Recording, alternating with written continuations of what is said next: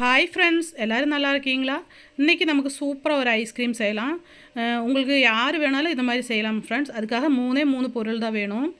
Fresh cream, milk மேடு, அதுக்கப்புறம் நீங்கள் எந்த ஃப்ரூட்ஸ் எடுக்கிறீங்களோ அந்த ஃப்ரூட்ஸு இல்லைன்னா கொக்கோ பவுடர். அதுக்காக நான் வந்து மாம்பழம் ஒன்று தோலெல்லாம் சீவிட்டு கட் பண்ணி எடுத்துருக்கு. அது மிக்சியில் நல்லா அரைச்சி எடுத்துக்கணும். அப்புறம் ஒரு மாம்பழம் சின்ன சின்னதாக கட் பண்ணி தனியாக வச்சுக்கணும் ஃப்ரெண்ட்ஸ். அப்புறம் இந்த ஃப்ரெஷ் க்ரீம் இருக்குது இல்லைங்க, இதெல்லாம் நீங்கள் நைட்டே ஃப்ரீசரில் வச்சிடணும். ஃப்ரிட்ஜில் ஒரு 10 மணி நேரம் ஃப்ரிட்ஜில் கூலிங்காக இருக்கணும்.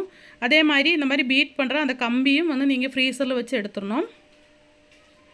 கூலிங் ஆனால் தான் நமக்கு இந்த மாதிரி ஃப்ளஃபியாக கிடைக்கும். இப்போ பாருங்கள், ஃப்ரெஷ் க்ரீம் ஒரு 15 நிமிஷம் மீடியம் டு ஸ்லோ போட்டு அடிச்சோன்னா இந்த மாதிரி ஃப்ளஃபியாக வந்துடும். அதுக்கப்புறம் நான் மில்க் மேடு ஒரு பாதி ஊற்றிருக்கு. ஒரு சின்ன டின்னு இருக்குல்லங்க, அதோட பாதி. இந்த அளவுக்கு போதும், அதிகமாக வேண்டியதில்லை. நல்லாயிருக்கும் இந்த மாதிரி செஞ்சோன்னா. அதுக்கப்புறம் நம்ம இது ஸ்லோவாக ஒரு சைடு மட்டும் நம்ம இந்த மாதிரி மிக்ஸ் பண்ணி கொடுத்துடணும். போட்டு ரொம்ப நீங்கள் கலக்கக்கூடாது. ரொம்ப கலக்கிருச்சுன்னா ஐஸ்கிரீமோட டெக்ஸ்டர் நல்லா இருக்காது. அதுக்கப்புறம் மிக்சியில் அரைச்சி வச்ச மாம்பழம் எடுத்து வச்சுருக்கு. இது நான் என்ன பண்ணுறேன்னா 2 பிளாஸ்டிக் பாக்ஸில் வைக்கிறேங்க ஃப்ரெண்ட்ஸ். என்கிட்ட ஐஸ்கிரீம் டப்பா ஒன்று இருக்குது. அதுக்கப்புறம் ஒரு பிளாஸ்டிக்கிൻ്റെ இந்த மாதிரி ஏர்டைட்டு பிளாஸ்டிக்கிൻ്റെ கப்பு எது நீங்கள் வேணாலும் எடுத்துக்கலாம். கொஞ்சம் அதுக்கு கொஞ்சம் சாக்லேட் ஐஸ்கிரீமுக்கும் கொஞ்சம் மேங்கோ ஐஸ்கிரீமுக்கும். இப்போ நான் மேங்கோ கொஞ்சம் இதில் போட்டுட்டு நல்லா மெதுவாக அந்த மாதிரி கலக்கி விட்டுலாம். ஃபுல்லாக போட்டு பீட் பண்ணிடாதீங்க, நல்லா இருக்காது அப்புறம் ஐஸ்கிரீமு.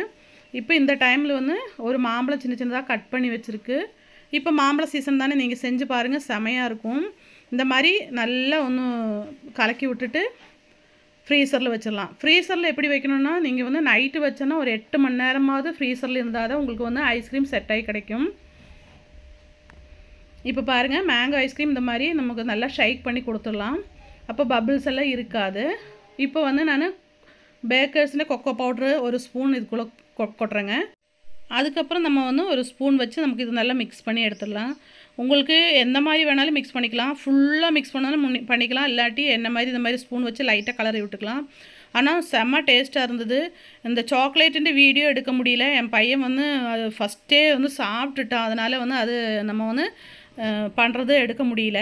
இப்போ பாருங்கள், ரெண்டுமே க்ளோஸ் பண்ணிவிட்டு நான் நைட்டு ஃப்ரீசரில் வைக்கிறேங்க. ஃப்ரீசரில் தான் வைக்கணும், ஃப்ரிட்ஜில் வைக்கக்கூடாது. அடுத்த நாள் காலையில் இப்போ பாருங்கள், என்கிட்ட ஸ்கூப்பர் இல்லை, நான் கரண்டியில் தான் எடுக்கிறேன். நல்லா தான் வந்துருச்சு பாருங்கள், சூப்பராக இருக்குது. ஐஸ்கிரீம் செம்மையாக இருந்துச்சு. நீங்கள் ட்ரை பண்ணி பாருங்கள். தேங்க்ஸ் ஃபார் வாட்சிங்.